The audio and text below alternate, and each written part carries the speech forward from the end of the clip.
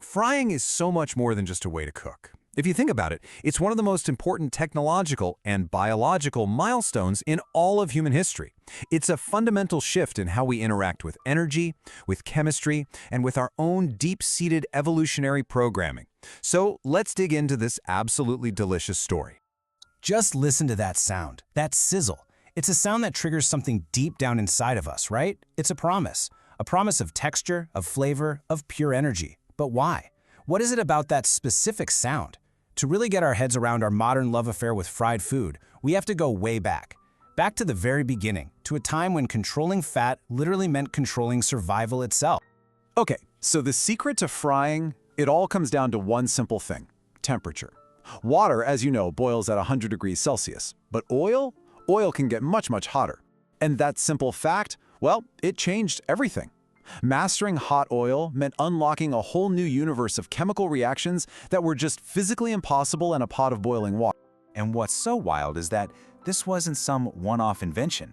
The mastery of oil was a foundational technology that just seemed to pop up almost at the same time all across the ancient world.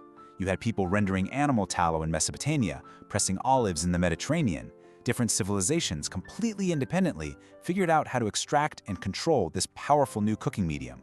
This just shows you how incredibly resourceful these early cultures were. I mean, they weren't just using one kind of fat. The Egyptians were deep frying these sweet tiger nut cakes in palm oil. In the Indus Valley, they were making early versions of fritters with mustard and sesame oil. And of course, the Greeks were battering fish in their legendary olive oil. Each culture took whatever resources they had locally and turned them into a revolutionary technology. So once humanity got the hang of hot oil, the idea it took off. It spread like wildfire. But here's the interesting part. It didn't just spread, it adapted.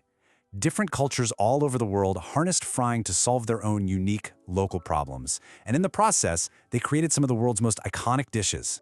Let's jump over to ancient Rome. Picture this. Most people are living in these dense apartment blocks, right? No private kitchens. So what's a solution? The thermopolium, which was basically the world's first fast food counter. These little street-side shops would serve up hot, ready-to-eat fried snacks to the city's masses. It just goes to show you, on-the-go food is anything but a modern invention. Now, halfway across the world in Ming Dynasty China, a totally different problem led to a brilliant new solution. There was a resource crisis. Wood and charcoal were becoming super scarce. So they perfected the technique of stir-frying, or chow. By using the curved shape of a wok and just a tiny bit of oil over an intense flame, cooks could whip up a whole meal in minutes, saving a ton of precious fuel. And this super efficient method, well, it pushed cooks to a whole new level of skill. And the ultimate expression of that skill, it's something called wok hai, the breath of the wok. This is where tiny droplets of oil actually aerosolize and ignite in the intense heat, creating this incredible, complex, smoky flavor. It's pure chemistry and technique working in perfect harmony. What's also really cool about frying is how it can act like a bridge between cultures. I mean, think about tempura. It seems about as Japanese as it gets, doesn't it? But actually, the technique of battering and deep frying was brought to Japan in the 16th century by Portuguese missionaries. Their Lenten fasting dish, eaten during the tempura, slowly evolved into the light, crispy delicacy we all know and love today. And then there's maybe the most famous fusion of them all, Southern fried chicken. This dish is literally a conversation between two different worlds. Scottish immigrants brought their tradition of frying chicken in lard, while enslaved West Africans contributed their deep knowledge of seasonings and their own history of frying food in palm oil.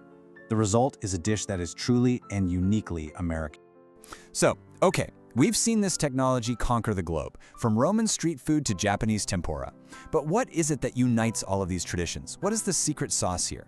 What is it about this one specific process that makes it so universally beloved? Well, the answer isn't just in the history books, it's in the chemistry, in the molecular magic that can only happen in hot oil. It all starts with a little bit of magic called the Maillard reaction. And look, this is way more than just browning. This is a full-on chemical cascade. At really high temperatures, amino acids and sugars don't just cook, they completely transform, creating hundreds of entirely new flavor and aroma compounds. This is the engine that creates all that savory, roasted, nutty complexity. It's what gives fried food its golden brown color and that irresistible taste. And that sound we talked about earlier, that sizzle? That is the sound of physics at work, literally forging texture right before our eyes. When food hits hot oil, The water inside instantly flashes into steam. This fizzling storm of bubbles erupts outwards, and in the process, it rapidly dehydrates the food's surface. It's this violent, beautiful process that creates that crispy, crunchy crust we all crave. So you see, it's this total symphony of sensation. The Maillard reaction is busy creating deep, savory flavor. At the same time, that rapid surface dehydration is building a perfectly crispy crust. And then, the sound of that crust fracturing, the crunch, sends this powerful signal straight to our brain. Hey, this is fresh, this is high-quality food. But here's the thing. The chemistry tells us how fried food gets so delicious. But it's the biology that tells us why we find it completely irresistible. Our intense craving for this stuff isn't some modern weakness. It's a deep-seated survival instinct. It's a biological script that's been passed down from our ancestors who lived in a world of constant scarcity. Just think about this number. 9. 9 calories per gram. That's the power of fat, more than double the energy you get from protein or carbs. Our brains, you see, are running this ancient software, you could call it optimal foraging theory. It's hardwired to make us seek out the most efficient energy sources. Finding fat triggered a huge dopamine reward for our ancestors. It was the evolutionary jackpot. And get this, it turns out we don't just feel the texture of fat, we can actually taste it. Scientists have identified something called the CD36 receptor right on our tongues. It's a protein that's dedicated to detecting fatty acids, and when it gets triggered, it shoots pleasure signals straight to the brain, reinforcing that ancient feedback loop. Fat means energy, energy means survival, and survival feels really, really good. Frying is just the perfect delivery system for this ancient signal. So what happens when you take that ancient, hardwired survival code and you slam it head-on into modern industrial technology? Well, our love affair with hot oil gets supercharged. I mean, just look at this timeline.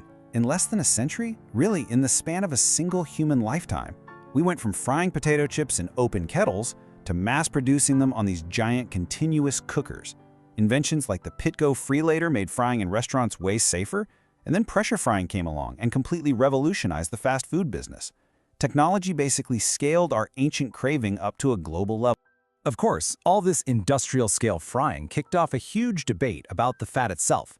Traditional fats, like tallow and lard, are actually very stable at high temperatures, but they fell out of favor. They were replaced by modern seed oils, which, while people thought they were healthier at first, are chemically less stable and can break down under the intense heat of a commercial fryer. And honestly, that debate is still raging today, with some chefs starting to go back to those older, more stable fats. So here we are. We're left with this incredible collision, right? An ancient survival script screaming in our brains to seek out energy-dense fat, living in a modern world where that same fat is everywhere and engineered for maximum appeal. From the very first rendered tallow to the computer-controlled fryers of today, the sound of food hitting hot oil is still a universal siren song. The real question is, where does this timeless love affair of ours go from here?